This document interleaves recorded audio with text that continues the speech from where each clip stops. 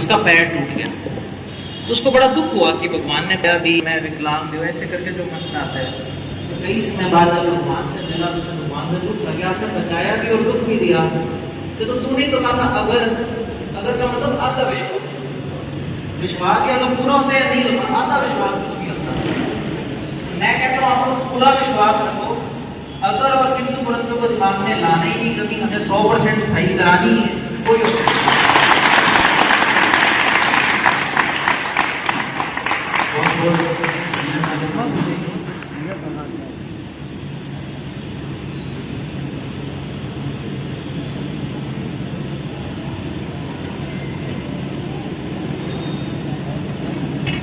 कोई लाइव चल रहा है, चलो कोई नहीं।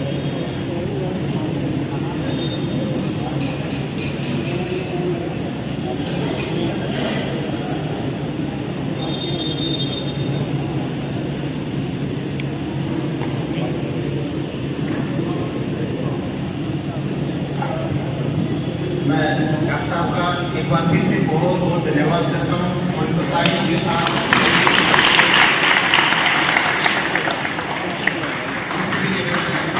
हमारे साथ इसी तरह चले। इसी कड़ी के अंदर जोड़ते हुए मैं अपने क्रांतिकारी भाई शैलेंद्र चावला से निवेदन करूंगा कि वो एक बार और आगे हो सकते।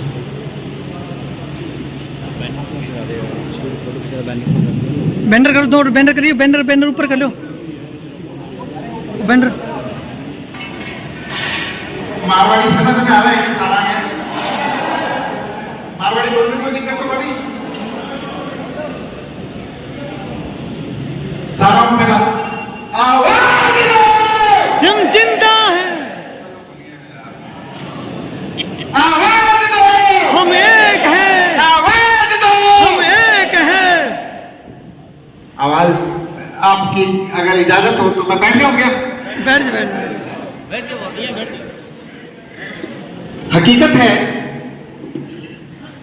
कि अभी पूरा वक्ता डॉक्टर साहब हमारे बीच में से गए तो उन्होंने हमारे सबके बीच में एक नई एनर्जी पैदा की। हमें शायद ऐसा लगने लग गया कि हम परमानेंट होके ही रहेंगे, और 100% सच है कि अगर हमारा अटूट विश्वास है तो हमें उस मंजिल से पहले कोई नहीं रोक सकता। मैं आपके बीच में से ही निकला हुआ भूत हूं, भूत जगन चावला, जिसकी पोस्टिंग 6/12/1976 को हुई थी, और 6/12/76 के बाद में मैं 2019, 24 और 19 यानी 43 ईयर इस डिपार्टमेंट को सेवा दी मैंने। पीड़ाएं, कष्ट, टारगेट, काम, ये शायद आप और हम सारे जानते हैं कि हमने क्या क्या फेस किया, और मुझे लगता है कि हमारे समय से अब कुछ ज्यादा ही विकट परिस्थितियां होती जा रही है।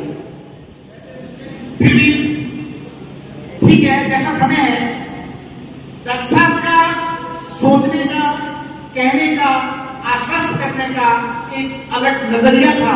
क्यों कि मुझे लगता है जहां भी कि उनमें फाइनेंशियली और सामाजिक दोनों तरफ से वो अपने आप में संतुष्ट थे, जबकि हर ईडी, मुझे नहीं लगता, हो सकता है 5 साल 10 ईडी में ऐसे मेरे भाई बैठे हों जो अपनी लाइफ से, अपनी फाइनेंशियली पोजीशन से, अपने परिवार से संतुष्ट हो गए। जरूर निश्चित रूप से हर आदमी कोई ना कोई परेशानी फेस कर रहा है, और जहां फाइनेंशियली परेशानी या सामाजिक परेशानी है उसमें आत्मविश्वास की कमी स्वयं ही आ जाती है। उसे आत्मविश्वास जितना बड़ा मुश्किल है, उसने आटे के लिए लड़ना है, रोटी के लिए लड़ना है, बच्चे की शिक्षा के लिए लड़ना है, अपने मकान के लिए लड़ना है, तो कहां से लाएगा वो आत्मविश्वास? लेकिन सामाजिक फील्ड है, हमें एक ऊर्जा का स्रोत मिला। मुझे लगता है कि हम शायद इस एनर्जी का सदुपयोग करेंगे तो हमें शायद कोई रास्ता मिलेगा, और हम 100% कोई ना कोई रास्ता ढूंढेंगे। ये फैक्ट है कि ये 1 साल हमारे बीच में गोल्डन टाइम है।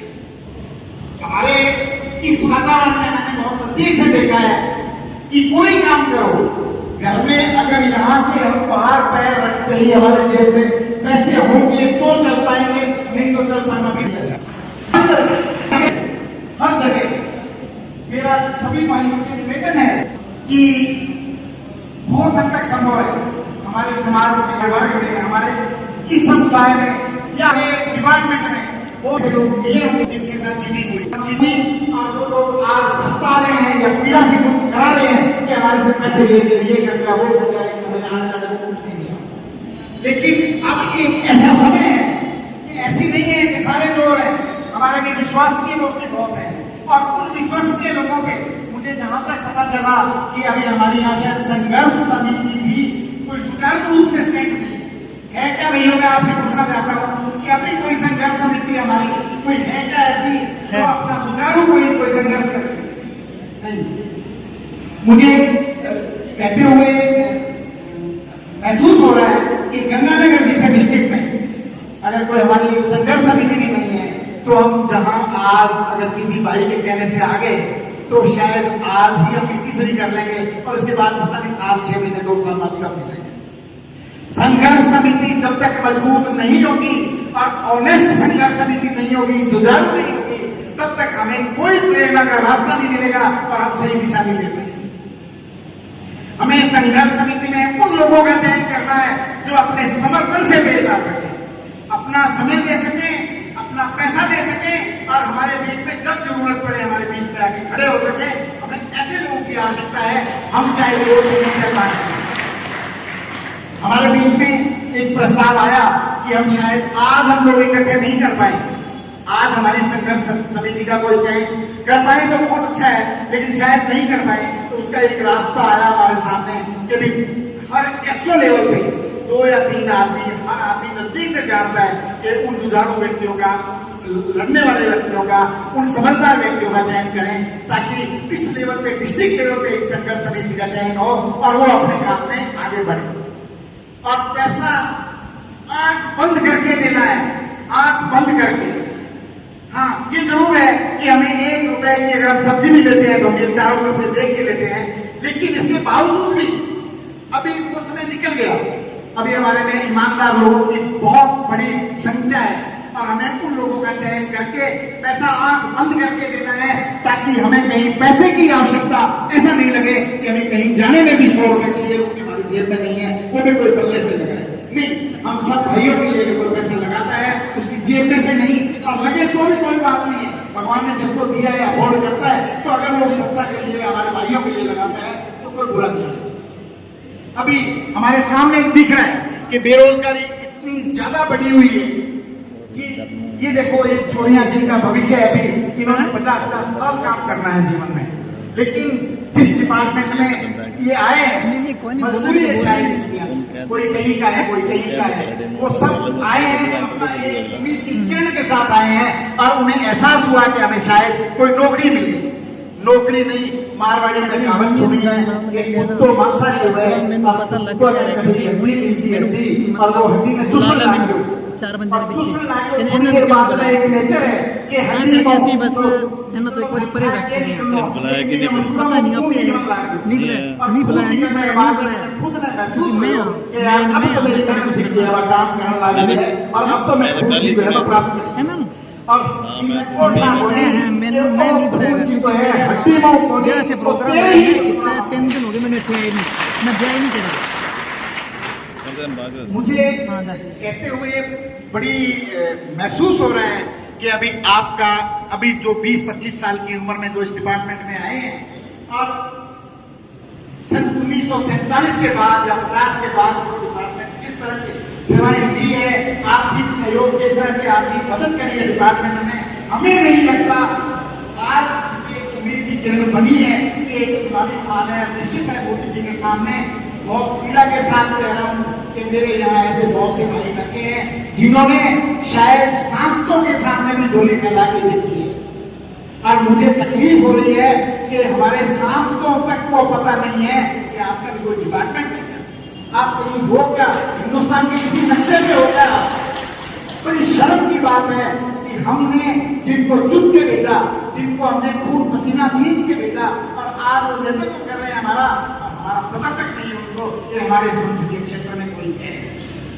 और इसी पीड़ा के साथ निश्चित रूप से मैं एक बहुत उम्मीद के साथ, एक बड़ी किरण के साथ आपके लिए मैंने आने का मन हुआ।